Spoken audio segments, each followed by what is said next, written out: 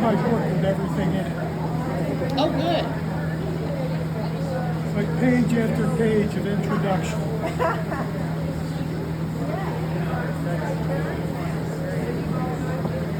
Could I have your attention, please? In my most professorial voice.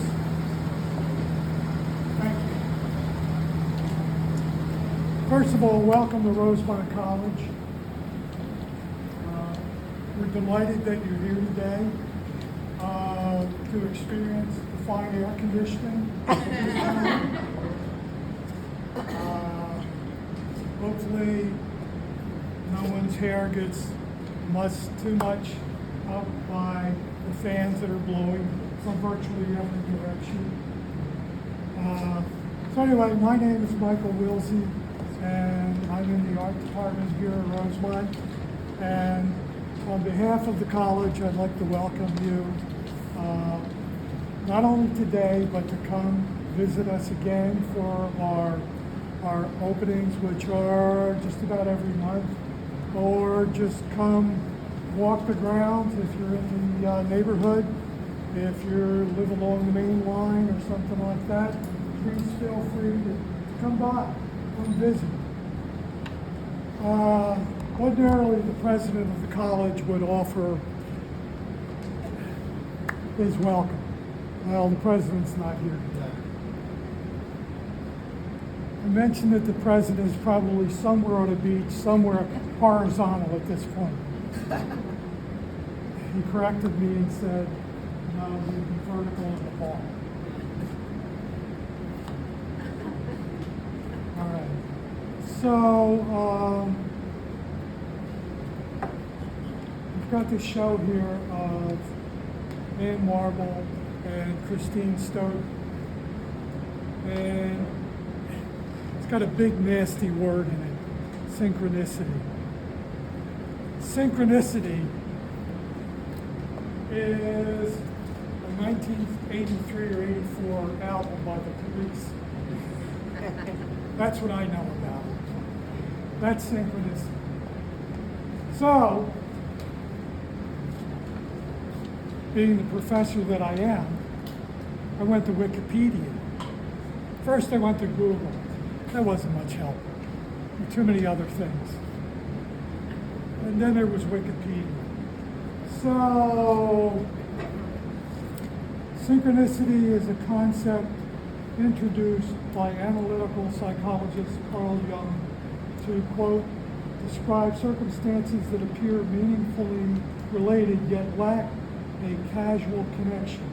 Synchronicity experiences refer to one's subjective experience, whereby coincidences between events in one's mind and the outside world may be casually unrelated, yet have another unknown connection. Jung held this was a health and function of the mind that can be harmful within psychosis. What the hell did I open this gallery up to? Anyway, I'm going to let Christine and Ann talk a little bit more about synchronicity or the Police. Sting's had a great career, no doubt. No psychosis. Well, maybe a little. Maybe a little. Before I proceed, there's just a few people that I would like to extend a thanks to. One is the President's office, which is right there when he's not on the beach or wherever. And he puts up, and his staff puts up with a lot in terms of the installations that we do in the gallery. The hammering, the drills, the drop drills, the cursing by me, and so on. So I extend my thanks to them. I want to thank our facilities people, which is Aramark, although right now I'm not crazy about the air conditioning situation. Public safety, who were able to open the buildings when they were supposed to be open, close them when they're supposed to be closed, and make sure everything is in here and is safe. And I'd like to extend a big thanks to our college caterers, which is Parkhurst, and in particular, the best damn bartender in the world, Jesse, and his boss, Jess. Now, one other thing before I get off. Please help yourself to the food that's in that room there. God bless Wawa. God bless Philly Pretzels. God bless Corpolis. I've been pronouncing it like I was from Norristown, Corpolis. Right? There's an extra syllable. Who knew? There's tomato pie in there. Help yourself. And if any of you are interested in purchasing any of the work that's here, on the price list is my contact information. Please feel free to get in touch with me at that email address. And if you've got checks today, make it out to Rosemont College on the memo line, art department. I'll be happy to take them. My final thanks is to the two women to my right who made this exceptional exhibition happen, and Marble, Christine Stoughton, and I'm going to find out once and for all, without the benefit of Wikipedia, what the hell synchronicity means. I didn't even pronounce it right. Synchronicity. Synchronicity. Thank you.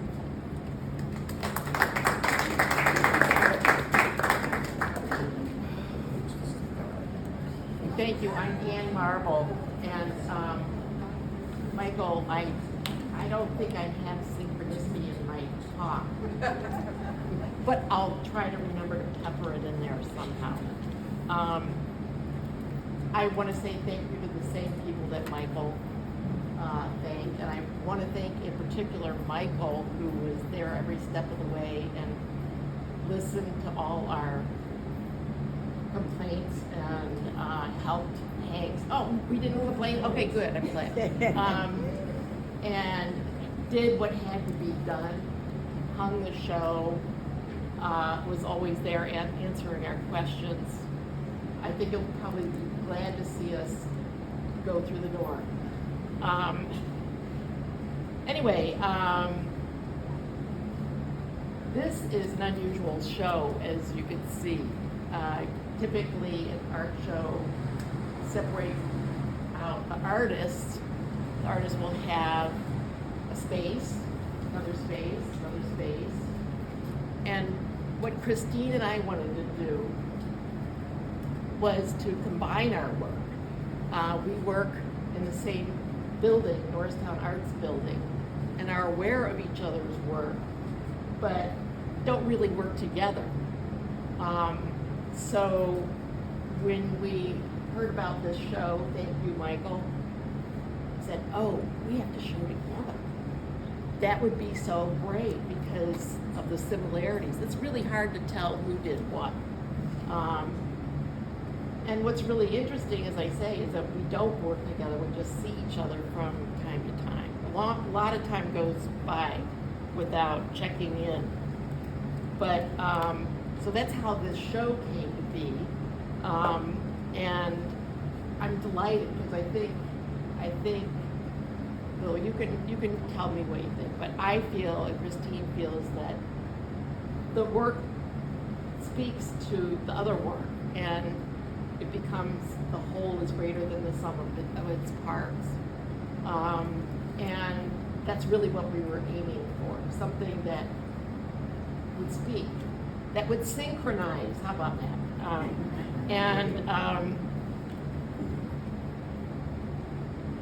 Other similarities between Christine and me are the way we work. We are very much material oriented, and will work with anything. Sometimes you never know what you're going to work with. Christine will walk along a beach and pick up a stick and go, "Ooh, that might really be cool." And then I find a dormant wasp nest hanging on my house, and take it down and saw it open, and it was good. Nothing came flying out, but I wanted to see what the architecture was in there, and it was amazing. I cut it up into like slabs, and so that's kind of where we go. We go on a quest to look at things and to put things together. Let me say a little bit about my background. I did not go to art school. I got over being ashamed of that, thanks to a lot of people who are sitting here. I have been an artist all my life. When I was 4, I started drawing, or maybe I was drawing before that, but this is what sticks in my mind. I drew fish for my father, and he would take these and hang them in his office. And I was stunned when I went over to see him that he had my fish up. And that really has stuck with me. It made me feel so proud and gave me another vantage point as to where art goes, beyond just having fun. I did go to college, and wouldn't surprise you to know that I majored in biology, and I've been kind of a biologist all my life. And then I went on to become an environmental planner, and that's how I put food on the table for years. But my fascination with nature, anything, the leaves, the dirt, the sky, the nuts on the ground, the sticks on the beach, they all seem to have possibilities. As a matter of fact, I'm just thinking this, there are some chestnut trees along here, and I picked those up and I mounted them, and they look really cool. It's not in the exhibit. The techniques I learned were through many classes. I see Francine Shore here, who really supported me for a long time and kept encouraging me to keep going, even though I had a young son who would have to drag me away from things for long periods of time. So I took everything she had to offer, as well as everything else Mainline Art Center had to offer, and then I branched out and went to Anderson Ranch and all kinds of other places. Tim Hawksworth's workshops, you name it. But I spent a lot of time teaching myself art. And I realized, and Christine pointed this out, I made my own degree program. I just decided what I wanted to learn instead of having to learn particular things. And I think the upside of that is that I feel free. You don't have to not have a degree to feel free, but I feel free. I don't feel hampered by what it's supposed to be, even though I do get caught up in that sometimes. So I'm continually experimenting, just like a scientist. What if? One thing leads me to another, and none of the pieces are the same. I mean, hardly at all. And I just have had so much pleasure doing that. There's nothing else that gives me more synchronicity with the world. So I also like to use the word collaboration with the materials.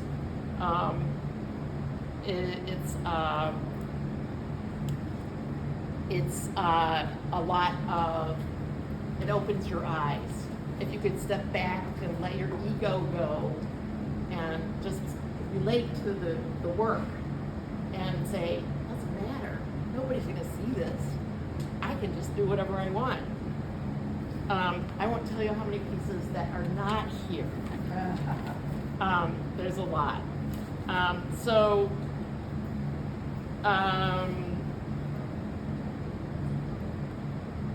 We had a lot of synchronicity going when we put this show together, and it was a lot of fun. We started with everything in one studio at the Arts Building and just started putting things together. No preconceived notion, but just kind of took things away, put things back until it formed, and we both seem to know when it stopped, when we need to stop. And we're pleased with what it was saying to us. So that's what I have to say. And Christine is a much better speaker than I am because she teaches. But I think I got everything out in whole sentences. And again, thank you very much for being here. I'm happy to see And we're not done. Anne's not done. I'm not done. It's Christine's turn. We have more to go. Yes. So, Thank you. so I just want to reflect on something Anne said about art education. And Paul Clay, when he was studying formally at the academy, he discovered his childhood drawings. And he looked at those drawings and said, these are better than what I'm learning at the academy. And he, at that point, quit his formal education and started his own quest and designed his own educational program. So while he studied and educated himself, it wasn't by a predetermined course that was given to him. And so certainly there are many ways to come to making art. There is no one way. And I think that's an important lesson for all of us who have that spark in us and think, well, you know, I don't have the training. But that you can make yourself, you can train yourself. So I just wanted to comment on that. I also, I came from a different background where Anne was the biological sciences, I was the social sciences. So I started out as a teacher, I continued to teach, then I became a psychologist, and my work is definitely informed by those professions for sure. There's a psychological underpinning in a lot of my work. However, I also have to say, being a mother really informs my work, because when you think about education, psychology, parenting, it's all about change. It's all about encouraging change, supporting change, adapting to change. And when you're making art, that's what you're doing. You're transforming an idea into something out there. And so the ephemeral theme runs very much through both Anne's and my work, because, you know, the ephemeral, it's all about change. So how do you capture change when you're putting something in a stationary format? So that's always the challenge, and it certainly keeps us going and exploring and continuing. So I did go back to Pennsylvania Academy of Fine Arts as an older student, and I did get my certificate from there, but collaboration was very much a part of the program because I was primarily a printmaker and a sculptor. And in both situations, you're working in a studio where there's lots of other people working in that studio with you. You're sharing inks, you're sharing equipment, you're sharing printing presses, you're sharing tools, and collaboration is part of it.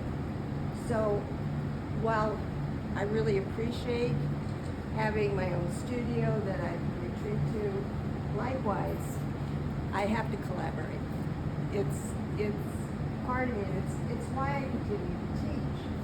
Because as a teacher, all of you who are teachers know that you learn as much from your students as you teach them. So collaboration is inherent in what I do. So how did this thinking for this? My sister actually mentioned to me at one point that she thought artist websites would be a lot more interesting and a lot more engaging if the work was shown in a living context. So I thought about that, and then it reminded me, and we talked about this, about John Dewey's In Art as Experience. He said that we really do a disservice to art by taking it out of the real world and housing it in galleries and museums. He said the origin of art is in all of our lived experience, which is why you can look at a piece of ours and appreciate it, because you've had an experience similar to what we are expressing in the work. So when we put this together, we were very grateful to Michael because he let us do whatever we wanted. And I said, well, can we bring in plants? Can we bring in textiles? Can we mix it up? And he said, absolutely. So that is part of what we're trying to do here, is break down the boundaries between the museum world. Now, all artists, I'm not saying we don't want to be in galleries and we don't want to be in museums. We'd love that. But by mixing it up and bringing in furniture, it worked for us. And certainly, I teach at the Barnes. There's no way you could teach at the Barnes Foundation and not appreciate relationships, because everything in that museum, not a museum, it was meant to be an educational foundation. Everything there is about relationships and challenging ourselves to see the relationships in the world. So let me see. So thematically, certainly our work references nature, and we put together these separate vignettes based on a lot of the aesthetic qualities that were present. But after they were together and Ann and I were really talking about them, we found some very interesting, unconscious stories that related them to each other, a synchronicity that we were unaware of. And so we're going to look at a couple of these together and give you a sense of that, and then we're going to open it up for questions. And then Ann and I are happy to go around and speak more individually about these installations for those who are interested.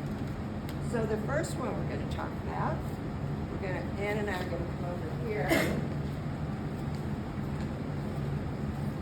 I'm gonna follow you this way.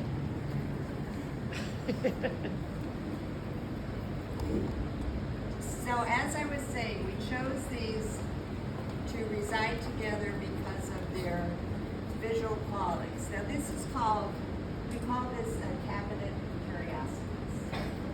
So when you look at it, you're going to find some very curious items. But the history of cabinet of curiosities is that they were prevalent in the Renaissance, and they were often called, they weren't just cabinets, they were also called wonder rooms. And basically, they were precursors to museums. They were put together based upon the interest and the financial abilities of collectors. So they generally fell into two categories. You have collections that were from nature, rocks, stones, bones, all that. And then you have man-made objects, art objects. Well, we've combined the two here, where we have natural objects that we then turn into also art objects. So an example is, well, and why don't you talk about some of your pieces first? Oh, sure. Why should we start with this? Well, Or you were when gonna you're on talk- the cabinet. you were Okay, talking yeah. about your Okay, yes. Well, this is a cicada wing. If there was ever anything ephemeral, it's a cicada.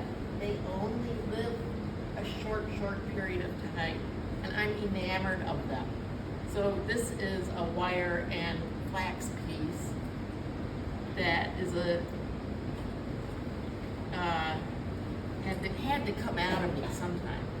And I don't want to just talk about my pieces, but I will. I won't talk about all of them. I made these clay pieces, and they're sort of recall a history, something unspoken, a relic, and it relates to everything else in here. These are all relics. And then you want to talk about your people? Yes. Okay, good. I'll stop right there because we could go on forever about that. So, there are shell people in here. And basically this is called shell shock. And it's little figures crawling out of their shells, sticking different appendages out, some with vigor, some with much hesitancy. And as Anne said, she looked at it and she said, and some of them look like they're crawling back in. So that's part of this. And then when we were putting this together, it really worked with Anne's piece here, with the heads. And so Yeah. discuss that. Sure. This piece is called Immigration, and I can't help but think about humanitarian crises. This is about the immigrants at the border in Mexico, and I actually did this piece a long time when the problem started, and I made little clay heads and then cast every single one of them into this one big piece. Then I was thrilled to see how they related to, and we didn't even notice this until we got here, related to these other people who seem to be struggling to get over the border or whatever, wherever they're going. So there's a struggle. And then there's this bridge-like piece, which Yes, this is called Bridging the Void, and it is about a tenuous journey. And this is where Anne and I discovered an unconscious connection, a synchronicity. It was, I did this after being in Mexico and going across these stick and rope bridges that felt very tenuous and very scary. And then when we were talking about this, we discovered that this is referencing my experience in Mexico, and this is a piece about the immigration situation in Mexico. We did not know that when we were putting this together. and they're both talking about crossing. Right.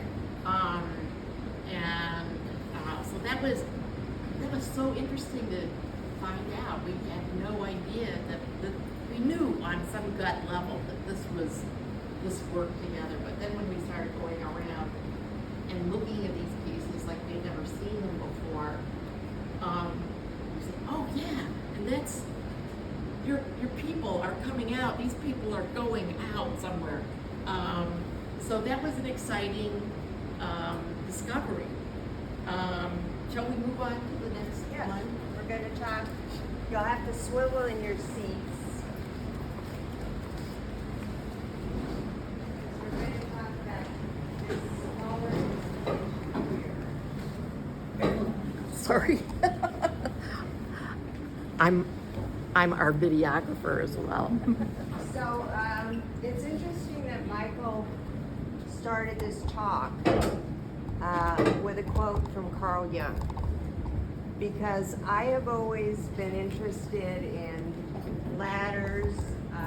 It's a recurring theme in my work, and it is an archetype that Carl Jung speaks about the symbolism of the ladder and how it appears when you look through different cultures and different societies.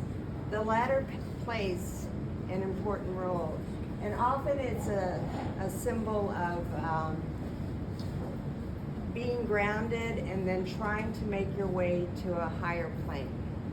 So moving from this plane to another plane. And I think the reason, like I said, being interested in change and helping people move and develop, the ladder is a powerful symbol for me, and it is for all of us. And I mean, and then Anne, why don't you talk about your piece? And this we didn't know until we started talking about it. This is a piece called Jacob's Cloak. And I think you're all familiar with the Jacob's ladder. Jacob climbs from hell or earth or wherever up to heaven on a ladder that God has put down for him to climb up. And this is, again, sort of a relic of that coat that he had. At least that's the way it was starting to come out. So these two pieces sort of synchronized magically. And what was I going to say about this? It's a cell. It's a cell. Right. Okay. Going back to my biological self. By the way, all these pieces are very touchable, as you can see. This is my biology self coming out again and again and again. I made a series of these kind of shells of cells, and this shape is repeated in a lot of my work. There's one over there on the wall where it's a circle. It's the brown one. Those are like inner related cells in a cell. So the circle has a lot of meaning for me, and I think it's been historically part of a lot of spiritual thinking. So And I think it's also important to say that, you know, if this had been a solo show, if I were showing, very different work might have been exhibited. If Anne were showing, she would have picked different work. What really determined what it went into the show was the conversation between the two. That's what excited us. That's what we were after. And so that's what we hope to do. So we'd like to open it to questions. Yes? When you were thinking about that conversation, when you were selecting the pieces, were you picking those individual pieces by visually to see them, or did you actually have conversations about the story behind each piece and then select them? Like, was it a visual selection first and then you discover the stories? Yes, That's so cool. absolutely. And that's You exactly repeat the same question back. Oh, yeah. The question Sorry. was, originally, were these combinations put together based on visual information, or was it the story behind it? The story came later. All these decisions were initially made because we felt they visually talked to each other. And then we discovered other connections. After it was up and we were preparing for this talk, decided to delve deeper. So yes, great question. Any other questions? Yes. For your other ensemble, so you were talking about it as a bridge, but you could also look at it as like a barbed wire fence. So I have to say, you know, like the artist's intention sometimes is one thing, but there's another way of perceiving it also. And it has a barbed wire fence kind of quality to it, you know, which goes both ways, with the bridge aspect and the fence. Keeping that, Yeah, yes. right. Thank you. Yeah. Yeah, it's great. Both of you talk a little bit about your process, the actual development, physical development, and the transformation of the materials. Do you want to go first? So the question was, would we talk about our process a bit? I will talk, a lot of my 2D pieces are, like I said, I started out as a printmaker, but I also was equally interested in sculpture. So when I'm doing a 2D work, it's not like I'm a painter who goes with the blank canvas and just starts painting. These are all assembled. So a lot of these works are taken from prints I've done, they're torn up, they're collaged, they're then drawn on, they're then painted. So it's very much a mixed media, but I approach 2D work like a sculptor in that I'm building it. And even the prints, you know, when you're a printmaker, the first image you pull is never what it ends up being. You're always adding, you're always enhancing until you get it to the point you want it to be. So that's, and you know, the sculptural work, the sculptural work is very much determined by the materials I'm interested in. Like that was, I wanted to capture the shimmering light on icicles. So that's how that started. This is from a Protection and Escape series, and it's very much